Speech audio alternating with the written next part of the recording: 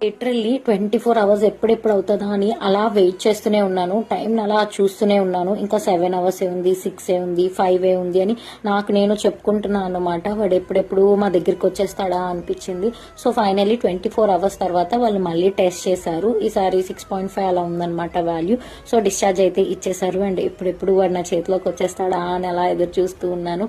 అసలు వాడు పుట్టాడు కానీ సి సెక్షన్ వల్ల ఒక 3 days నేను ఎత్తుకునే లేదు.